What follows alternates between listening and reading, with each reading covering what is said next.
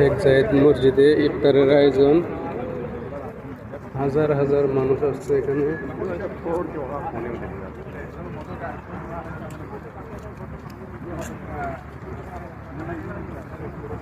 হাজার হাজার মানুষ।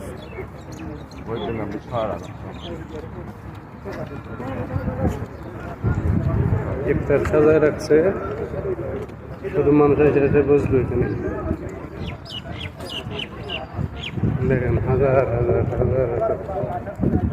দেখাবো এখানে কি কি ইফতারি পাওয়া যায়, সবাই দেখতে পারবেন।